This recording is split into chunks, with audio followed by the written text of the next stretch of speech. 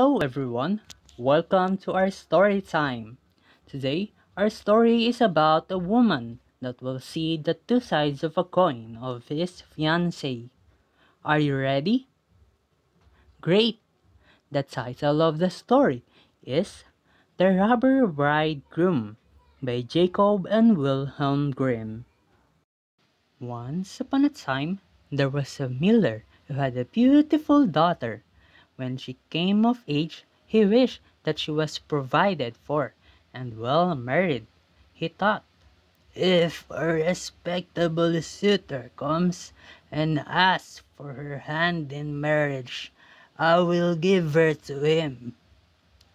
Not long afterward, the suitor came, who appeared to be very rich, and because the miller could find no fault at him, he promised his daughter to him. The girl, however, did not like him as much as a bride should like her bridegroom. She did not trust him, and whenever she saw him or thought about him, she felt within her heart a sense of horror. One time, he said to her, "You are engaged to marry me, but you have never once paid me a visit." The girl replied, "I don't know where your house is." Then the bridegroom said, "My house is out in the dark woods." Looking for an excuse, she said that she would not be able to find the way there. The bridegroom said, "Next Sunday you must come out to me. I have already invited guests. I will make a trail of ashes so that you can find your way through the woods." When Sunday came, and it was time for the girl to start on her way, she became frightened, although she herself did not know exactly why. In order to mark the path, she filled both her pockets full of peas and lentils. At the entrance of the forest, there was a trail of ashes which she followed, but at every step she threw a couple of peas to the ground, to the right and to the left. She walked almost the whole day until she came to the middle of the woods, where it was the darkest, and there stood a solitary house. She did not like it, because it looked so dark and sinister. She went inside, but no one was there. It was totally quiet. Suddenly, a voice called out, "Turn back! Turn back! You young bride! Quack! You are in a murderer's house! Quack!" The girl looked up and saw the voice came from a bird, which was hanging in a cage on the wall. It cried out again, "Turn back! Turn back! Quack! You young bride! Quack! You are in a murderer's house! Quack!"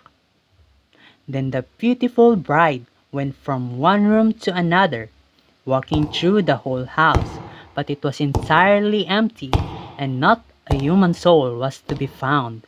Finally, she came to the cellar, a very old woman, sitting there shaking her head. "Could you tell me," said the girl, "if my bridegroom lives here?" "Oh, you poor child," replied the old woman. "Where did you come from? You are in a murderer's den. You think you are a bride soon to be married, but it is that you will be marrying. Look, they made me put a large kettle of water on fire. When they have captured you, they will chop you to pieces without mercy, cook you, and eat you, for they are cannibals. If I do not show you compassion and save you, you are doomed." With this, the old woman led her behind a large barrel, where she could not be seen. "Be quiet as a mouse," she said. "Do not make a sound or move, or all will be over with you. Tonight When the robbers are asleep, we will escape. I have long waited for an opportunity. This had scarcely happened when the godless band came home. They were dragging with another maiden. They were drunk and paid no attention to her screams and sobs. They gave her wine to drink. 3 glasses full, 1 glass of white, 1 glass of red, and 1 glass of yellow, which caused her heart to break. Then they ripped off her clothes, laid her on a table, chopped her beautiful body in pieces and sprinkled salt in it. The poor bride behind the barrel trembled and shook, for she saw well what fate the robbers had planned for her. One of them noticed a gold ring on the murdered girl's little finger, but it did not come off easily. He took an axe and chopped the finger off, but it flew into the air and over the barrel, falling right into the bride's lap. The robber took a light and looked for it, but could not find it. Then another one said, "Did you look behind the large barrel?" But the old woman cried out, Come and eat. You can continue looking in the morning. That finger won't run away from you. Then the robber said, "The old woman was right." They gave up on their search and started to eat. The old woman poured the sleeping potion into their wine, so that they soon lay down in the cellar and fell asleep, snoring.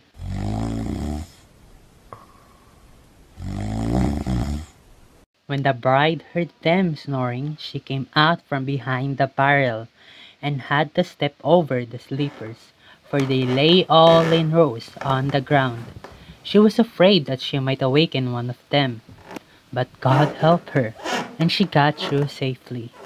The old woman went upstairs with her, opened the door, and they hurried out of the murderer's den as fast as they could. The wind had blown away the trails of ashes, but the peas and lentils had sprouted and grown up, and showed them the way in the moonlight. They walked all night, arriving at the mill the next morning.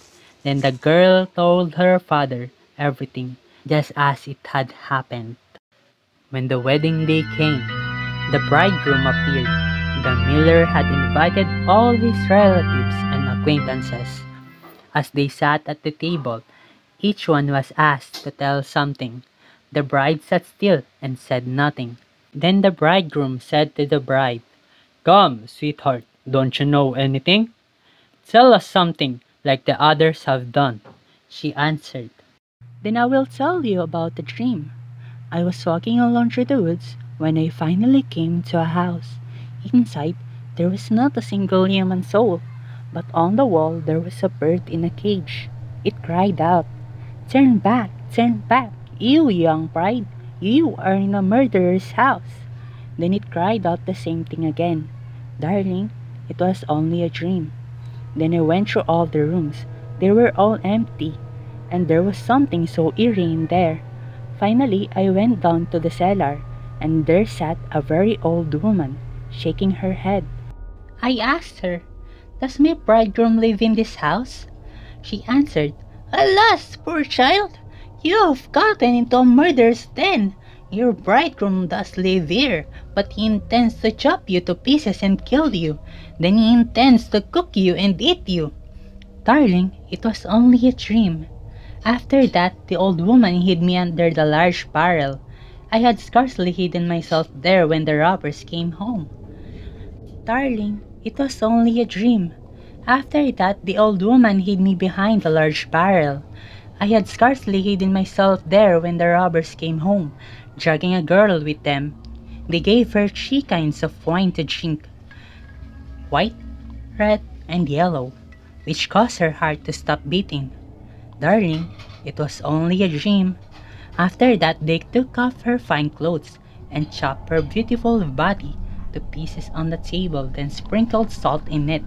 "Darling, it was only a dream." Then one of the robbers saw that there was still a ring on her ring finger.